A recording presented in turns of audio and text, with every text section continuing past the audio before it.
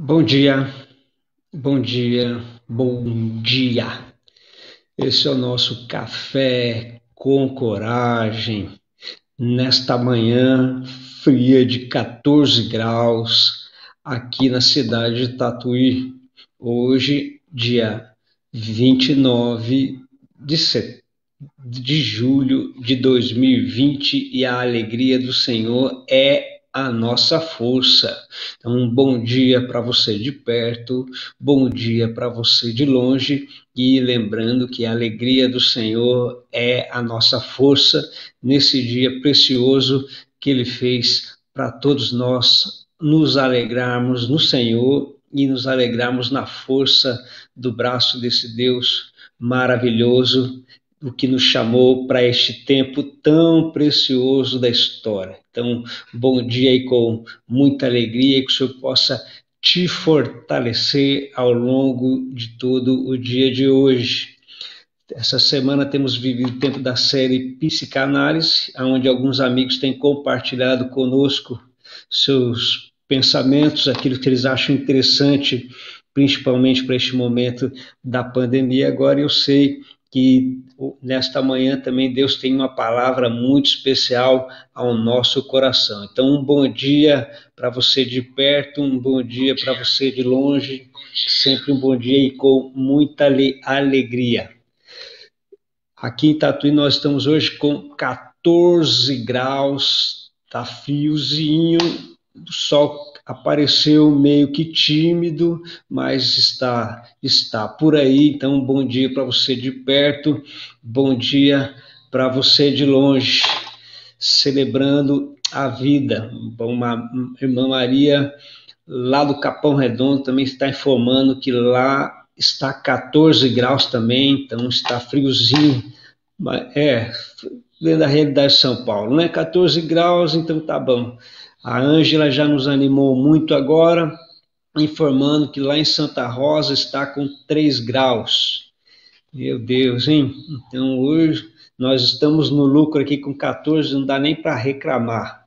Só com muito chimarrão, chá quente, para poder esquentar a vida lá em Santa Rosa. Então, e à medida que você for entrando, se você puder colocar aqui a temperatura da tua cidade, nós já vamos saber como é que está o estado de São Paulo e também a América Latina, já que nossos irmãos de Juliaca e Arequipa sempre participam conosco.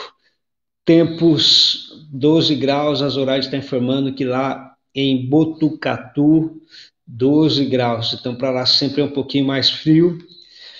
Pastor Marcos Camilo colocou no grupo de pastores aqui pedindo oração para a cidade de Botucatu, que parece que houve um momento de dificuldade em Zoraide, essa noite aí, invadir a cidade, tiroteio, quebrar um monte de coisas.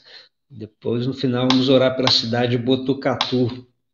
Mas que a alegria do Senhor seja a nossa força, nos interceder, principalmente em tempos de pandemia como esse, não é muito fácil, não. Mas que bom que nós já estamos aqui. Vocês lembram bem que nós ouvimos o doutor Ricardo Baratio, irmão Miguel Calvo está informando que lá em São Bernardo do Campo está 13 graus.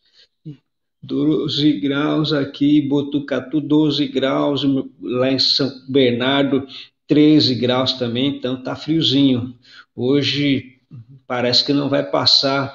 Vamos ver como é que vai ser a Caldas Novas do estado de São Paulo, quando as irmãs entrarem aí lá de Francisco Morato, ver se lá, de repente, lá está um pouquinho mais quente do que por aqui. Mas vocês lembram bem que o Dr. Ricardo Baratti veio falar conosco na segunda-feira, trouxe para nós um pensamento bem interessante a respeito de ser nós mesmos dentro dessa liberdade até de escolha e força.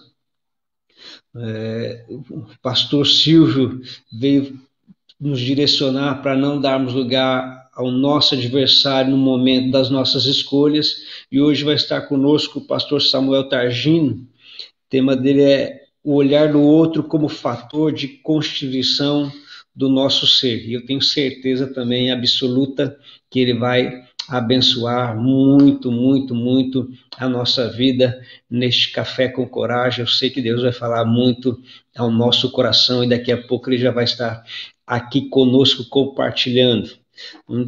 Deus enriqueça demais a nossa vida, Deus enriqueça demais aí a tua vida, a minha vida, a nossa vida, que seja um tempo especial e muito precioso do Senhor. Meus queridos irmãos, como que vocês estão? Tudo bem? Tem sido ricamente abençoado neste período aí de pandemia, participando conosco. Então, espero que tenha sido enriquecedor. O nosso Café com Coragem ele tem como objetivo aumentar a nossa imunidade psicológica, emocional e também espiritual. E à medida em que nós vamos recebendo essas informações, o nosso leque ele vai aumentando, nós vamos ampliando toda a nossa compreensão e nós vamos melhorando também como pessoas, indivíduos. Mas orar escrevendo para nós aqui, ó, que desde ontem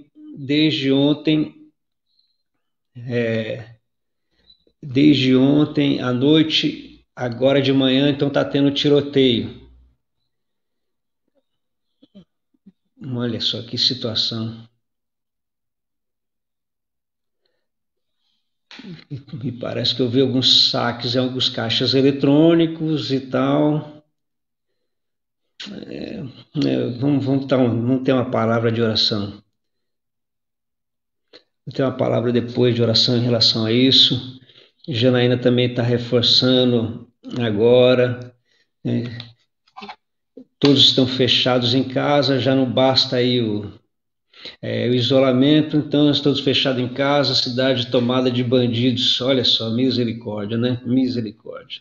Que o Senhor nos ajude a cidade de Botucatu neste momento e já fica de alerta também para todas as cidades vizinhas, que além do tempo de isolamento, é um tempo também de nós ficarmos atentos a tudo isso.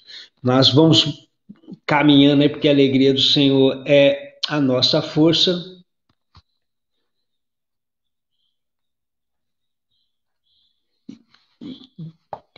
A alegria do Senhor é a nossa força, então já quero aqui convidar meu amigo pastor Samuel Targino para estar conosco nesta manhã. Olha só que simpatia, coisa mais linda. Para quem não sabe, vou contar um segredo para vocês aí. Pastor Samuel Targino é conhecido como o Bico. Deixa eu colocar aqui o meu áudio aqui para mim ouvir bem. Pastor Samuel Targino, como é que você está, meu amigo? Ô, meu amado, uma alegria estar participando do Café com Coragem. Muita alegria. Isso. O Café com Coragem ele nasceu com o objetivo de aumentar a nossa imunidade emocional, psicológica e espiritual. Por isso que a gente tem convidado alguns amigos, parceiros, para nos ajudar no desenvolvimento sempre desses pensamentos. E a série agora é a série Psicanálise, pastor Samuel. Opa! Maravilha! Estamos dentro. O que você vai compartilhar conosco nesta manhã, hein? Eu vou estar dando continuidade, na verdade, ouvindo os analistas que me antecederam, né? E eu quero falar hoje sobre um fator de construção do nosso tempo. Do outro, o fator de constituição bacana. Ok. Então, o olhar do outro no fator da constituição do ser. Então, tenho certeza que vai ser uma grande bênção. Eu não sei se é o meu fone ou é o seu áudio que está dando uma pequena falhadinha. Vamos ver. Será que tirar alguma coisa daqui? Melhorou? Não. Eu acho que melhorou agora. Uhum.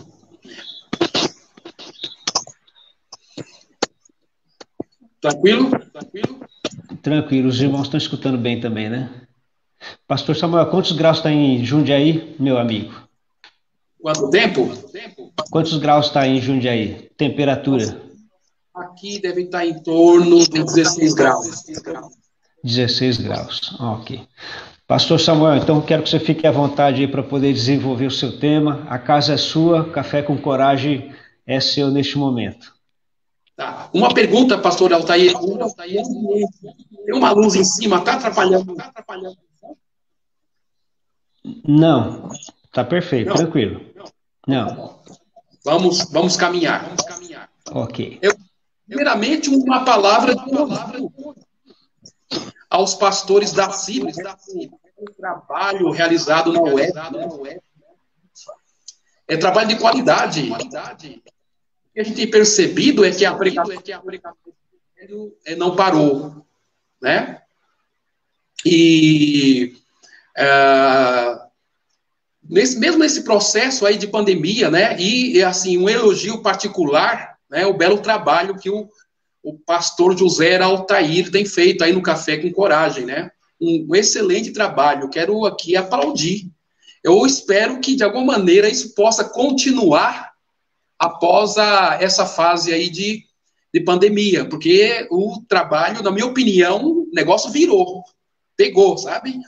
Quero parabenizar o pastor Altair pelo belo trabalho aí, ouvindo aí os pastores, os psicanalistas, pessoas aí tratando de assuntos dentro de uma abordagem específica. Parabéns pelo belo trabalho, pastor Altair. Maravilhoso. Eu sou todo apoio, né? Vamos lá. Então, eu vou estar falando sobre o olhar do outro como fator de constituição do ser em Jacques Lacan. Bom, queridos, como nosso público não é feito de pessoas, não é constituído de psicanalista, de psicólogos, de psiquiatra, então, quem sabe, alguns termos pode ser um pouco difícil de compreender, mas no final, né, digamos assim, no debulhar do milho, aí vai virar um bolo, né? No final vai ter alguma coisa concreta. Então, a ideia é a gente tratar de alguns conceitos em 30 minutos, 35 minutos no máximo, para a gente chegar aí no final, que é tratar um pouquinho das patologias, dos transtornos, um pouquinho, dando uma pincelada em alguns supostos transtornos, né? Então, a ideia é falar sobre esse olhar como um fator de constituição do ser, da pessoa, o que nos constitui como pessoa, segundo Jacques Lacan. Mas deixa eu falar um pouquinho, porque não tem como falar de Lacan e não se reportar aos fundamentos da psicanálise, né? Vamos lá. Na psicanálise, quando se fala em ler e interpretar Lacan, é bom dizer, vem na minha mente, na mente dos psicanalistas, como se fosse comer um peixe, né? Você não vai comer um peixe, você não coloca ele dentro do seu prato. Você está fazendo lá um peixe que tenha muitos espinhos, você coloca junto com o seu arroz e feijão.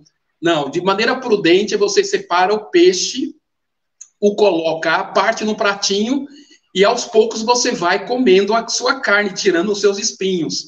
Assim é quando se trata desse psicanalista chamado Jacques Lacan. Não é fácil interpretar Lacan, entender Lacan, não é brincadeira, né? Deixa eu aqui mostrar um livro de Lacan. Esse aqui é a chamada Bíblia de Lacan, né? Os escritos, os seminários de Lacan estão todos nesse livro aqui. O psicanalista, ele é semelhante, ele tem uma abordagem visando aí buscar os traumas, buscar aí, por meio de uma investigação, que nós chamamos por meio de um set, de uma transferência, que nós vamos falar com detalhes aqui, detalhes não, mas pelo menos dando umas linhas mais mestras, para você compreender o que é a psicanálise, né? Mas o que é, de fato, a psicanálise, né? A psicanálise é uma experiência de linguagem. Os sintomas são tratados a partir da fala, né? A cura vem pela fala. A partir das experiências aí de Sigmund Freud, né? Com suas pacientes parisienses acometidas pelas doenças da época. A parestesia e a histeria, que eram doenças da época, né? Doenças que traziam uma certa paralisia nas pernas, enfim. Então, começou-se se estruturar a psicologia no campo da investigação da mente a partir das experiências de Freud. A psicanálise é um procedimento para a investigação dos processos mentais. E o que ela vai investigar? A pergunta: os pensamentos, os sentimentos, as emoções, as fantasias, né, os atos falhos, os xistes, né, algumas expressões que nós vamos falar um pouquinho, depois a gente vai debulhar um pouquinho o que são aí os atos falhos, os xistes, isso no processo psicanalítico. Quem é psicanalista que está aí participando, isso é algo muito comum, né, para um psicanalista, que inclusive na verdade, material de análise, né. O alvo da psicanálise era curar, ou é curar por meio da fala, por meio da palavra, né. A psicanálise tem como uma premissa maior, que é a cura por meio da fala, por meio da palavra, né. As observações investigadas a partir do aparelho psíquico para Freud. Então, tudo isso, Freud, ele entende que, vamos dizer assim, esse locus, esse lugar, né, a nossa mente, ela se estrutura em um aparelho psíquico que, no primeiro momento, chamado primeira tópica, né, chama de consciente, pré-consciente e inconsciente. E já no segundo momento, e de ego e superego, ou supereu, né, que é chamado da segunda tópica de Freud. Então, o campo da investigação dos traumas, do sofrimento humano, se dará, então, se direcionar sobre a estrutura psíquica, né, do consciente, pré-consciente e inconsciente. Ou imagine isso como se fosse um iceberg, né? Imagine essa estrutura, né? Consciente, pré-consciente, inconsciente, id, ego e superego, entendendo assim nas tópicas de Freud, compreende isso como se fosse um iceberg, a figura de um iceberg, sendo que vamos dizer assim, o consciente é aquilo que está aqui, ó, logo, aquilo que está à vista, está aos olhos, diante dos olhos, né, a pontinha que se vê do iceberg. E depois a parte mais, digamos, mais submersa, digamos, seria o pré-consciente, um pouco mais abaixo do consciente. O pré-consciente, e vem aí o chamado inconsciente. O inconsciente é onde se vai buscar, então, os traumas, as dores, o sofrimento humano, a partir, então, dessa parte submersa chamada de inconsciente. Freud vai dizer que a partir do nosso nascimento, ou chamado a partir do que ele chama de traço mimênico, instala-se a primeira crise do ser humano, né?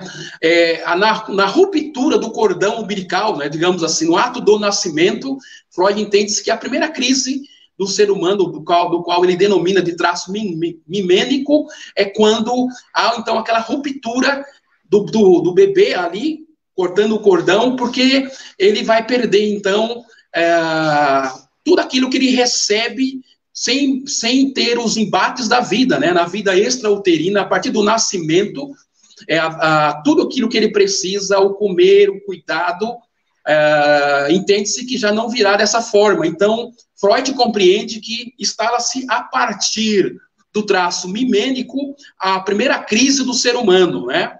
Então, entende-se que o ser humano, Freud vai dizer assim, que, então, a partir daí, nós vivemos, então, buscando afeto, né? Ele vai dizer assim, que por causa desse primeiro traço mimênico, nós vivemos toda a vida em busca de afeto nas relações com o outro.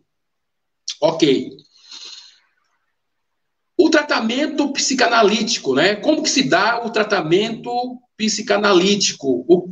Qual é a ferramenta utilizada, digamos assim, qual é o caminho, o viés que um psicanalista vai usar para trabalhar com o seu cliente ou com o seu paciente? É a chamada associação livre de ideias e na concepção de Freud, associação livre de ideias e interpretação de sonhos. A ideia é trazer à tona os traumas da vida que estão emergidos lá embaixo, no submerso, no inconsciente. No inconsciente, onde está, então, os traumas da vida, as experiências dolorosas, né? Aquilo que nós não queremos lembrar, por ser tão doloroso, tão sofrido lembrar, que traz, na verdade, interferências na vida ao lembrar desses fatos. Então, o Freud vai dizer assim que isso é recalcado, né? Recalcado é algo que eu não quero ter para mim, então eu vou deixá-lo no inconsciente. Ali reside todos os traumas e as dores, os sofrimentos do ser humano, as histórias passadas de tristezas, de angústias, precisam ser recalcadas, né? E então Freud vai dizer assim que essas experiências precisam então ser colocadas em recalque, e isso é tratado, uma vez que esses recalques, de alguma maneira, vai querendo interferir na vida de uma pessoa, esses traumas, aí é preciso ser tratado por meio da livre interpretação das ideias, da associação livre. Ou seja, o paciente numa clínica psicanalítica, ele vai ter fala livre, ele vai falar à vontade, sem ter um discurso racional, sem estar preocupado com alguma coisa pensada ou com aquilo que o terapeuta, né, o psicanalista deseja saber. Não, é uma fala livre. Ele vai estar falando tudo o que vier à mente, discursos irracionais, o que vier à mente, porque esses materiais precisam, então, vir à tona num processo chamado de transferência, né? Quando o paciente vai, então, estar transferindo, né, fazendo esse processo, essa linha de comunicação para o seu psicanalista, do qual ele irá pegar esses materiais, irá, então, trabalhar, ressignificar e levar o paciente à cura daquele determinado trauma.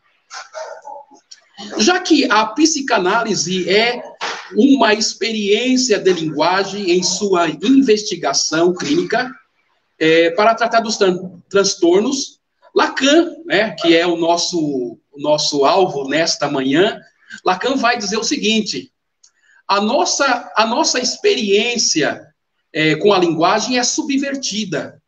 Em todo tempo, a gente quer dizer uma coisa e acaba dizendo outra. A gente diz algo, o outro entende completamente diferente do que pretendíamos transmitir ou dizer. Mas é nessa transgressão da linguagem que reside o real, onde todo psicanalista deve desenvolver sua escuta clínica, né? Então, eu vou tratar um pouquinho disso, das dimensões que Lacan vai trabalhar. Nós vamos falar sobre o real, o simbólico e o imaginário, mas vamos dar um olhar especial no real, né? A gente vai explicar um pouquinho desses conceitos para não ficar muito abstrato para nós, né? Então, assim, então há uma transferência, um processo de transferência psicanalítica, né? A ideia é que no real, que nós vamos compreender um pouquinho, está o nascedouro, né? A chamada etiologia. A origem dos traumas reside aí, propriamente dito, em Lacan, no real. Nós vamos compreender um pouquinho isso. Em Lacan, nós já entramos, ele coloca da seguinte maneira, nós entramos no mundo pelo nascimento e já existe uma conversa em curso, já existe uma ideia construída, uma cultura. Quando nós chegamos no mundo, já existe toda uma legislação, aquilo que é certo, aquilo que é errado, conceito de moral, conceito de ética, né? O menino, quando ele nasce, por exemplo, vamos trazer isso de maneira mais clara, um garoto, quando nasce, aqui no Brasil, geralmente o pai coloca uma camisa de um time de futebol no menino, né? Se fosse o meu caso, se tivesse um menino, colocaria a camisa do Santos Futebol Clube no garoto. Você pode achar que é um mau gosto, mas é a ideia da cultura que é transmitida. O futebol, como cultura, ele é transmitido para o filho, É interessante que os pais mais antigos, né, talvez não, até no contexto de Lacan, faziam assim, né, meu filho será um doutor advogado, né, o meu filho será um médico.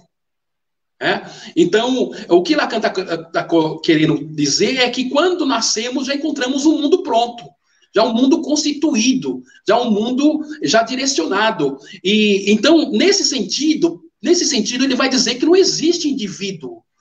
Lacan não trabalha com o conceito de ser, no sentido de ontologia, no sentido de ser, que existe um indivíduo. Lacan vai dizer assim, nós não somos indivíduos. Por quê? Porque a palavra indivíduo significa simplesmente aquilo que não se divide, né? O indivisível. Então, em Lacan não existe o indivíduo, porque já existe uma história pronta e já uma história construída. E quando nós chegamos, nós não criamos nada. Nós simplesmente aderimos e abraçamos uma cultura já pré-existente. Então, em Lacan, ele vai colocar que nós não somos seres, não somos indivíduos, né? Nós somos seres aí divididos em Lacan. Porque estamos alienados a uma linguagem, como acabei de colocar, uma linguagem já construída. Já existe uma linguagem social e pronta, como acabei de dizer. Você chega, já existe uma lei, já existe toda uma cultura construída. E a tua parte é viver essa cultura, né? Aquilo que já construíram para você. Então, nesse sentido, na ideia de Lacan, já existe uma linguagem pronta, né? Uma linguagem construída. O inconsciente em Lacan, justamente por essa questão da linguagem, ele vai dizer assim, que o inconsciente ele se estrutura pela linguagem. Aqui, lembra da estrutura do iceberg em Freud? Né? Consciente, pré-consciente e inconsciente lá embaixo, lá submerso no profundo do mar. Então, o que Lacan vai dizer? Que o inconsciente se estrutura pela linguagem. Ele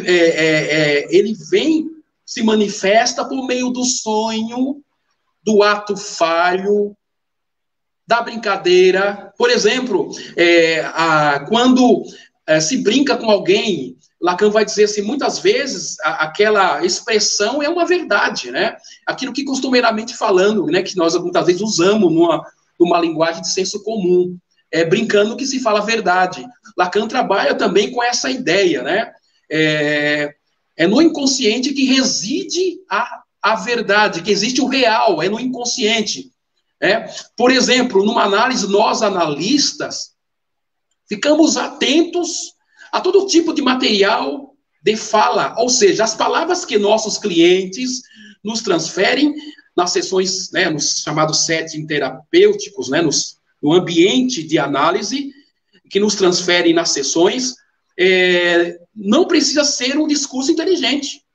Nós não esperamos aí dos nossos pacientes um discurso racional, inteligente, que ele tem que ficar, no ato da sessão aqui, ele tem que falar coisa pensada, estruturada, não. Tudo é válido, todo material que ele nos propuser, jogar isso à tona, transferir para o psicanalista, isso é muito válido. Os atos falhos, por exemplo, o que é um ato falho? Você vai falar o nome de João, você fala José, e isso de maneira repetitiva. Vai falar o nome de uma pessoa, você troca por outro. Você, de repente, fala uma situação e você troca a palavra. Você conta uma história e depois você conta a história de um outro jeito.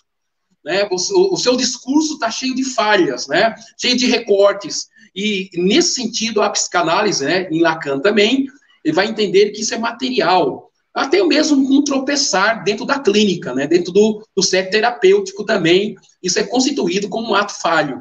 Né? O tropeçar na cadeira, no divã, se é o caso, né? E as repetições de frases, de clichês. Clichês são frases que são repetidas, né? Que são prontas. Então, todas esses clichês, essas expressões, também para Lacan e para a psicanálise, de modo geral, é material de análise, né? São chamados atos falhos. Assim como sonhos, né, como um pouco se usa hoje, mas o sonho era muito utilizado nas sessões psicanalíticas, assim que começou. Em Lacan. Em Lacan, a essência do homem é o vazio. O homem é caracterizado pela falta, por aquilo que não temos. Aí surge o conceito de seres desejantes. Em Lacan, nós somos seres desejantes e seres faltantes, né? Em Lacan, somos aqueles que estão sempre em busca de alguma coisa. Sempre nos falta. Nós somos marcados pelo vazio. É por isso que o ser humano tem, então, lá em Freud, buscando lá Freud, quando Freud vai dizer assim, que no traço mimênico, que a partir daí, da ruptura do cordão umbilical, nós vamos sempre buscar o afeto de outro, sempre buscar o olhar de um outro, né? E Lacan vai trabalhar com isso uma outra concepção, justamente na ideia do vazio existencial, das faltas que nós temos na condição de ser humano. O desejo humano. O que é o desejo humano em Lacan? O desejo humano é o desejo de possuir o desejo do outro. É uma coisa louca isso, né? Numa interpretação racional para nós, assim, tentando trazer isso de uma maneira lúcida e racional. Lacan vai dizer assim, que o nosso desejo é o desejo do outro. O que eu quero não é possuir o que o outro tem. Eu não quero o carro do outro. Eu não quero necessariamente, vamos dizer assim, a casa do outro. Eu não quero necessariamente a esposa do outro. Eu não quero necessariamente a vida que o outro tem. O que eu quero é que o outro queira. Mas o que o outro queira, o quê? Você pergunta. Que ele queira o que eu quero. Isso é louco, né? Mas Lacan vai trabalhar justamente nessa linha. Então, o nosso desejo é o desejo do outro. Eu vou dar alguns exemplos aqui dessa construção em Lacan. Vou falar isso mais à frente, né? Por exemplo, vou usar um exemplo agora. Por que temos a necessidade de mostrar que estamos num restaurante fino, comendo picanha maturada, picanha argentina ao alho, ou se você está numa boutique, comprando aí roupas finas, né? Roupas de grife. Ou mesmo você está num lugar chique, ou vou viajar em Paris, vou fazer uma viagem internacional, ou está fazendo uma viagem de cruzeiro. Por que você tem que tirar uma selfie? Tira uma selfie e você quer compartilhar com o mundo. Jogou no Facebook, o mundo todo fica sabendo, nas redes sociais. Todo mundo fica sabendo. Porque é justamente isso que Lacan está querendo dizer. Nós temos necessidade do olhar do outro. Não basta eu fazer a minha viagem de cruzeiro. Não basta eu comprar um carrão, um Camaro, uma Ferrari. Não basta eu dirigir. Eu quero que outros vejam que eu estou dirigindo a Ferrari. Eu quero que outros vejam que eu estou dirigindo aí o Camaro. Então, o meu desejo é o desejo do outro. O que eu quero é o olhar do outro. O que eu quero é o desejo do outro em Lacan. Então, o que queremos é que ele deseje o que eu estou vivendo, né? A minha picanha, a roupa de grife, né? Assim, o que ele deseja, o meu desejo, não propriamente a picanha, não propriamente o carro, mas o meu desejo é que ele deve desejar. O que eu quero é o seu olhar. Em outras palavras, o que eu quero é o olhar que me atribua sentido de existência. Ou eu preciso do olhar do outro para que me atribua valor. Eu quero o seu aplauso. Eu quero que ele queira o que eu quero. Eu quero o seu desejo, né? Que eu quero ser objeto do seu desejo. Aí faz sentido dizer que constituímos a partir do olhar do outro em Lacan. Aí faz sentido a expressão que o ser humano se constitui a partir do desejo do outro, do olhar do outro. A verdade do desejo, na psicanálise, né? A cura pela relação da linguagem. Do que é feito a verdade do nosso desejo, e a verdade não é a realidade. Então, assim, existem coisas que, numa clínica psicanalítica, que a pessoa está te falando, e ela fala que aquela é a verdade dela. Ela conta o caso para você, ela fala que ela está sofrendo perseguição, que ela não consegue viver mais sem aquela ruptura daquele romance, mas você percebe outras coisas. você vai perceber que aquele discurso que ele coloca para você como uma realidade não é o real. O real é um fato, é uma expressão de linguagem coerente, construída, racional, só que o real, na verdade, a realidade em Lacan não constitui o real.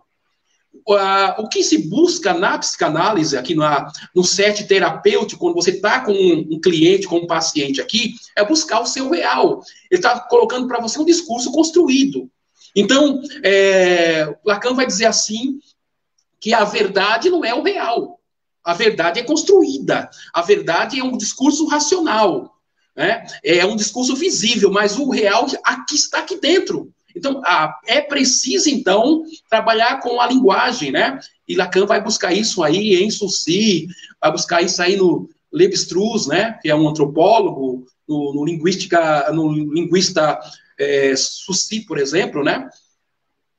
Qual a raiz do nosso desejo? Não confundir o desejo com projetos, com metas, com planos, né? Planos para comprar um carro, plano para cursar uma faculdade, uma USP, aí uma Unicamp, eu não sei, um desejo de construir alguma coisa, uma casa, ou comprar um imóvel. Então, o Lacan vai colocar o seguinte, não confundir metas, projetos com o real, né?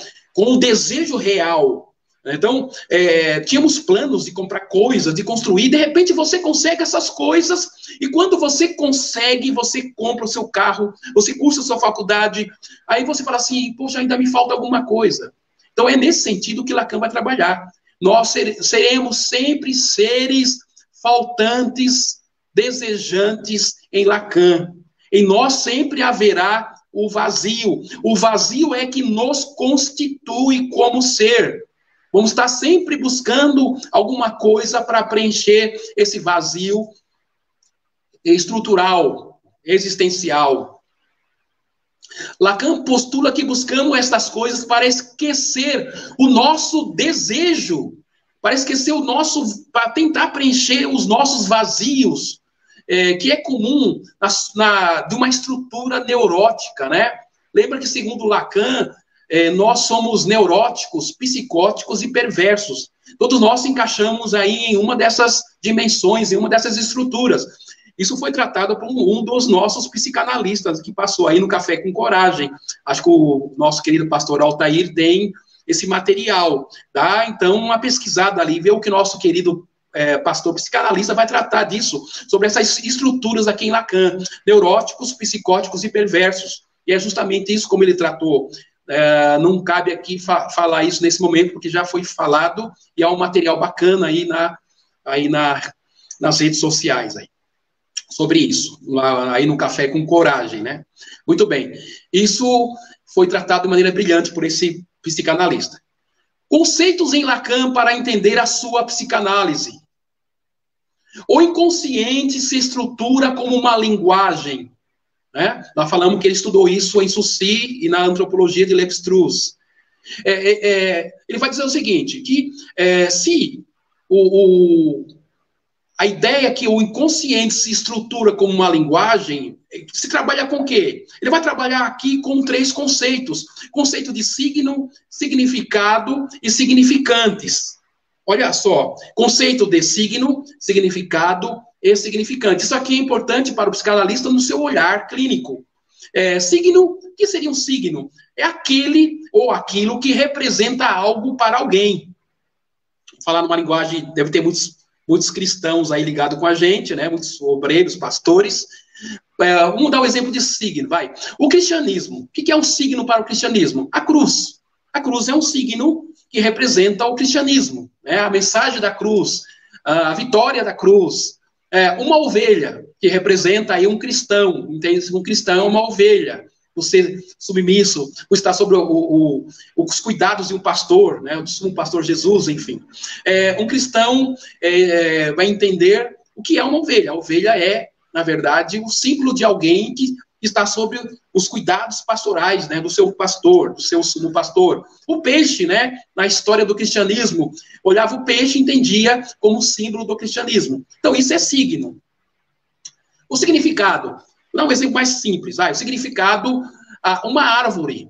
Todos sabem descrever o que é uma árvore, né? O seu sentido universal. A árvore é árvore para todas as culturas, né? Tem as suas expressões idiomáticas próprias, porém, a árvore, ela tem um único sentido. É um lugar que traz sombra, que traz fruto, que traz refrigério, que usa sua madeira para fazer móveis, tira dos seus ramos aí os seus frutos. Então, todo mundo sabe o que é árvore. Então, o significado é aquilo que é compreendido de maneira universal para todos. É o preto no branco. O significado é aquilo como realmente é. Ok? Agora, quando se fala de significante, por exemplo, né, a árvore, no sentido nesse contexto de significante, nós vamos trabalhar entender a metáfora, né? Aquela árvore não é simplesmente uma árvore para uma pessoa, qualquer pessoa. Para aquela pessoa em particular, aquela árvore, ele encontrou de repente naquela árvore, estava descansando a futura esposa dele, ele conheceu ela ali. Então, aquela árvore tem um sentido próprio, um sentido metafórico, né? Há uma metonímia ali, uma figura de linguagem, ele tem um sentido muito próprio, muito particular para aquele indivíduo, né? Então, isso é o significante, aquilo que é subjetivo, aquilo que é próprio do sujeito. Então, esse significante também que é percebido pelo real, em Lacan. Vamos seguir. Isso traz à tona a subjetividade da pessoa, aquilo que a pessoa é realmente. A árvore é aquilo para ela. Não adianta falar que faz madeira, que tira madeira, que faz móveis e que tira o fruto. Não. Aquela árvore, ele encontrou ali, aquele homem encontrou a sua esposa, ou aquela mulher encontrou o seu marido, ali naquela região, que marcou a vida dela, aquela árvore. Ou então, ela foi pegar um fruto ali, ou ele foi pegar um fruto, e de repente ele foi punido. Aquela árvore tem um sentido especial para ele. Lacan trabalha a sua investigação psicanalítica em três dimensões, como nós falamos. Citamos aí, real, simbólico e imaginário. O que é o simbólico? Simbólico é a palavra, né, a fala. Simbólico é simplesmente a fala. O imaginário, imagens, pensamentos, ilusões, fantasias, isso seria o imaginário. E o real? O real é o próprio significante, como nós acabamos de usar o exemplo da árvore. Né? A essência da verdade está no real. Ali está o seu eu, o seu ego, aquilo que você é, como aquilo que você é, no que se refere à sua constituição de ser. Ali está a sua verdade. Eu vou citar aqui alguns exemplos para ficar mais claro. No real reside as nossas verdades. O nosso verdadeiro desejo. É o grito da nossa alma. O real vem e traz à tona, de alguma forma ele se manifesta à tona. Por exemplo, numa relação de discussão. Você está discutindo com alguém e você fala algumas coisas que não deveria falar. E aí, depois da discussão, você pede desculpa. Olha, desculpa, eu não devia ter falado aquilo. Aquilo não é verdade. Aquilo é a verdade. Aquilo, na verdade, aquele recorte, ainda que for agressivo, ainda que você desconstruiu a pessoa que estava naquela inter-relação, o teu interlocutor, a pessoa que você estava travando essa batalha, essa discussão, aquilo era o real. Aquilo era uma verdade em Lacan. Lacan compreende isso. Quando alguém agride fisicamente, que também é uma linguagem, né? A agressão física torna-se uma linguagem. Quando falamos algo pelo ato falho, como eu acabei de citar, aí dizemos assim, mas foi por brincadeira, eu disse sem querer, foi só isso, foi só uma brincadeira, mas aquilo em Lacan está a verdade. Ou mesmo o nosso real vem por meio de sintomas, quando falta a linguagem, o corpo grita, né? Quando falta a expressão verbal, o corpo grita, é uma linguagem. Por meio aí vem angústia, ansiedade, estresse, transtornos emocionais dos mais diversos, né? Então, nisso está as verdades do real. O real não é uma linguagem construída, ele surge como uma manifestação do inconsciente. O real não é construído, não é um discurso pensado, não é um discurso maquiado, ele é aquilo que você realmente é, por isso o real. O real é a linguagem que precisa ser ouvida, ou mesmo uma linguagem camuflada, que precisa ser decodificada e interpretada. Vamos lá, estou fechando aqui para a gente discutir. Assim como Freud, Lacan estudou neurologia, sintomas e linguagens, que estão intrinsecamente ligados com as doenças do corpo, somáticas. Já ouviu falar sobre doenças psicossomáticas? Somatizações, conversões? Vamos falar rapidinho aqui. Doenças psicossomáticas, e talvez isso lhe interessa. Doenças psicossomáticas, você sente um problema físico, qualquer um, vai no médico, o médico te examina, pede exames e laboratórios, você os fazem esses exames, e o resultado já era esperado, dá no exame, consta no exame, você realmente está doente, deu no exame isso. Mas ao examinar a etiologia, quando o médico vai examinar a causa, a origem, a chamada etiologia, a origem da doença, o que causou essa doença orgânica em você, física em você? O emocional. Por exemplo, houve uma baixa no teu sistema imunológico. Como houve uma baixa nessa troca de neurotransmissores, você recebeu mais aí uma descarga de cortisol e menos serotonina, menos noradrenalina, que são esses neurotransmissores necessários para o bem-estar. Não que o cortisol não seja necessário, mas depende de uma descarga mais forte. Essa descompensação, você teve uma baixa de imunidade, abaixou sua imunidade, seu corpo ficou, então, sujeito a uma fraqueza, uma imunidade, e você, uma perda de imunidade, e você acabou, então, sofrendo uma doença. Começou a ser acometido de uma doença. Então, são doenças psicossomáticas, ou seja, essas doenças psicossomáticas, elas dão em exames, é comprovada, só que a causa é emocional. Ou a somatização. Somatização é a mesma coisa, você se sente doente, dói o peito, dói o coração, sei lá, dói a perna, e você vai ao médico, faz exames, só que desta vez os exames não dão nada. Nas doenças somáticas, nas somatizações, não dá nada, Não consta nada. O exame, o médico olha assim, você não tem nada, você está bem. Mas por que isso acontece, Você está com sintomas. Isso chama-se somatização. Você sente que está doente, vai no médico, faz os exames e não dá nada.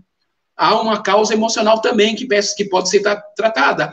A chamada hipocondria, pessoa que acredita que está doente, mas de repente não tem nada. Pessoas que tomam remédios escondidas, tem essas questões aí, toma remédio porque entende, acredita piamente que está doente. O médico fala assim, você não tem nada. E o histriônico, aquele que se faz doente para chamar atenção. O histriônico é aquele que se faz doente, o coitadinho, que quer buscar o olhar do outro, que quer buscar o afeto do outro, que quer chamar a atenção do outro. Fechando aqui, Lacan, então, diz o seguinte, lembra de Descartes, para quem estudou filosofia? Descartes usa a seguinte premissa, eu penso, logo existo, uma expressão de Descartes, ou Descartes. Penso, logo existo. Lacan vai dizer o seguinte, não, eu falo, logo existo. No campo das doenças, no campo dos traumas, no campo dos transtornos, é preciso falar. Quando a boca se cala, o corpo grita.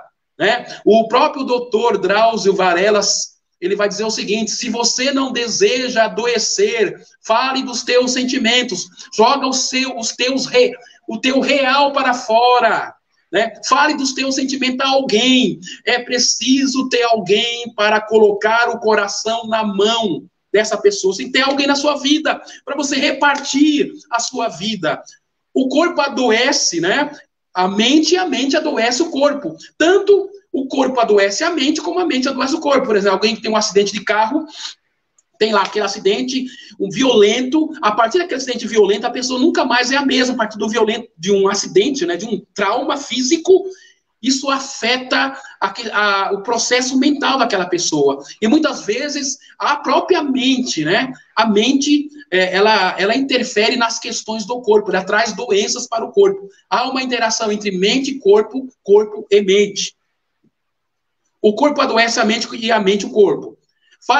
Falei de depressão no domingo, é um dos fatores interessantes, que são estatísticos. Homens solteiros são mais propensos à depressão do que mulheres solteiras, né?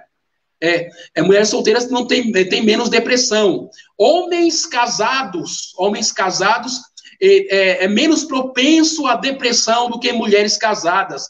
As mulheres casadas são mais propensas à depressão por causa, muitas vezes, que o próprio parceiro, o marido, ele é o desencadeador de depressão. Isso é pesquisa.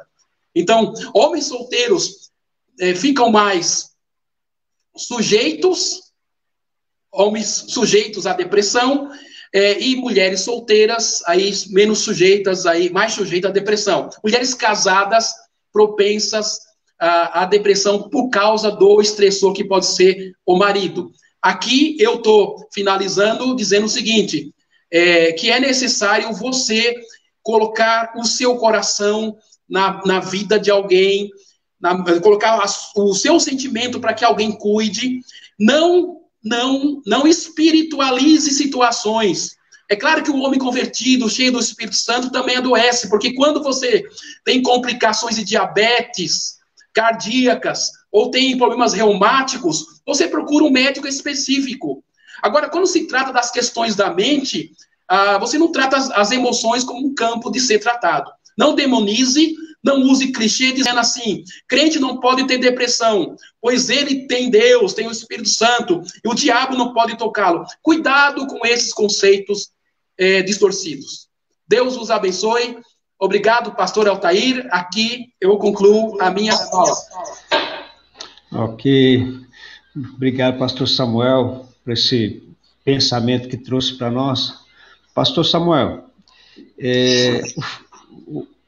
pela tua mensagem aí, então, surgiu aqui uma pergunta, questionamento. Então, o fato da gente ver hoje muitas pessoas frustradas e decepcionadas profissionalmente se deve ao fato de repente, o pai ou a mãe ou a família ter constituído na vida dele uma direção para a sua vida? Hoje, digamos, no nosso século XXI, hoje as pessoas têm muito mais do que aquele período de Lacan. Lacan morreu em 1981, bem antes dele, né? Agora, sim, toda imposição, digamos assim, toda introjeção de valores que não seja pessoal, ou seja, não seja escolha da pessoa, isso pode, sim, gerar problemas futuros. Isso pode gerar trauma, sim, que precisa ser tratado de uma forma geral, ser abordado, sim. Ok. Uma outra questão aqui, por exemplo, o senhor falou as redes sociais hoje acentuam um pouco mais uma patologia. Quando o senhor fala assim, a pessoa está lá no melhor lugar, na boutique, no shopping, ou fazendo uma grande compra ou num carro, e ele tira uma selfie com o objetivo de produzir isso, um desejo no outro. E isso vai acentuando, então, a patologia. A pergunta? Na verdade, em Lacan, isso é uma necessidade da exposição do ego. É uma necessidade, isso já vai cair no campo do narcisismo também, que não dá a fazer essa ponte, não temos tempo para isso, né? Mas a ideia é que nós precisamos do olhar do outro para ser aplaudido. Nós buscamos o aplauso do outro, né? O olhar do outro, o desejo do outro em Lacan. Não é necessariamente o mal, mas é inerente ao ser humano essa questão do desejo. Então, o objetivo do nosso Café com Coragem é sempre aumentar a imunidade, trazendo informação para que haja cura também. Então, quando a gente está falando principalmente do nosso meio eclesiástico, o fato da pessoa se expor, seja numa pregação da palavra, na hora de um louvor ou de um coral, às vezes ela está ali à frente com uma necessidade grande de ser vista também. E é muito comum isso também no nosso meio. Nossa, pastor Altair, você o diga como pastor. É muito normal, porque as pessoas têm necessidade de expressão. As pessoas têm necessidade de reconhecimento. A gente vai ver que isso é muito trauma, tem muito traumas nas igrejas, porque é aquela coisa assim, o pastor não me reconhece, o pastor não me vê. Isso mesmo poderia ser o pai não me vê, a mãe não me vê, o meu patrão não me vê na empresa, por isso que ele não me coloca nessa vaga. Isso também, pastor Altair, se transfere para a igreja. Você está coberto de razão na sua análise. Natural. Okay. Pastor Samuel, eu quero agradecer, e tinha uma irmã, saudosa irmã da nossa igreja aqui, que ela dizia assim, quando a gente fala assim, estou falando isso, nós estamos brincando, ela fala assim, em toda brincadeira tem um fundo de verdade. E olha que ela não tinha estudado nem Lacan e nem psicanálise, mas ela sempre dizia isso para nós, saudosa irmã Maria, que morreu no Senhor há uns anos atrás. Eu quero agradecer demais aí pela tua participação, auxiliou demais aqui no nosso Café com Coragem. Ao longo dessa semana e da outra, a gente vai estar falando a respeito da interpretação de sonhos, nós vamos dar uma aprofundada em tudo isso daqui. Se Deus permitir, quem sabe o senhor pode nos voltar aqui também para nos ajudar nesse desenvolvimento também, com o objetivo de fortalecer a imunidade dos nossos irmãos também. Bacana, bacana. O Café com Coragem tem feito isso muito bem mesmo. Não é só conceitos abstratos, mas o que eu tiro daquilo para a vida? Como aplicar isso? Isso é interessante. Então, o café tem cumprido aí o seu papel. Muito bem feito. Paulo escreve aos Tessalonicenses e diz que nós precisamos apresentar ao Senhor corpo, alma e espírito plenamente saudável naquele dia. Então, o Café com Coragem teve como objetivo entrar nesse vácuo aí, as questões emocionais da alma aí, e eu espero que consigamos fazer tudo isso. Agora, para a gente encerrar, a irmã Zenaíde, irmão Severino, eles têm me falado que o senhor tem ido comer muito pão de queijo e por isso que o senhor engordou bastante nesses últimos tempos, hein?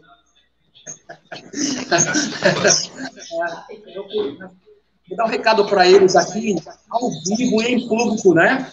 O que eu quero mesmo comer é baião de 2. Eu estou esperando baião de 2. Bom agora, né? E ele está devendo para nós do Café com Coragem aqui tapioca.